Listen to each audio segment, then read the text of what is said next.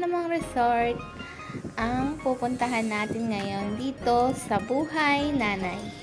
Pagod na ba kayo sa work at kailangan ninyong mag-relax? Naghahanap ba kayo ng mapapag-relaxan na malayo sa lungsod?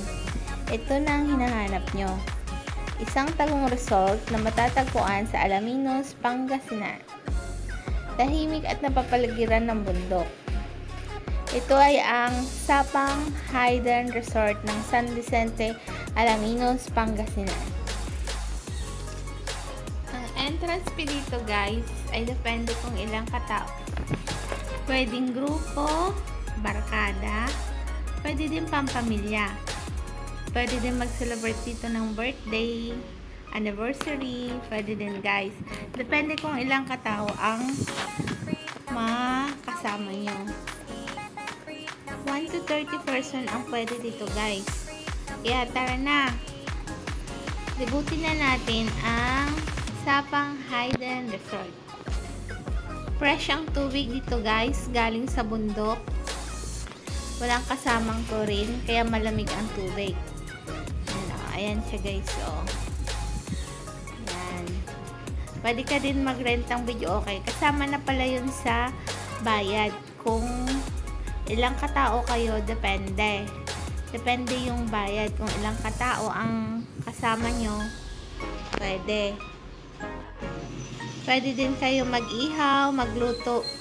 Pwede. Basta magdala kayo ng mga gagamitin nyo. Kasi malayo ang bayan dito. Nasa pagitan siya ng mga bundok. Kung gusto nyo mag-relax, dito na kayo pumunta guys. Ito nga guys, so napapaligirin siya ng mga bundok. Nasa gitna siya ng mga bundok. Ayan guys. Maganda dito mag-bonding guys. Basta magdala lang kayo ng mga baon nyo. Pwede kayong magluto, mag-ihaw, pwede. Bale, nirendahan namin na ito guys. 2.5. 18 katao yata kami.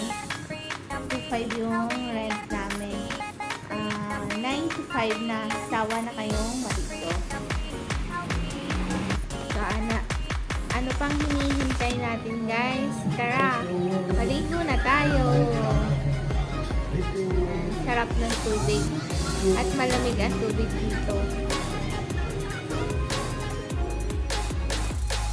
Thank you for watching. See you next vlog.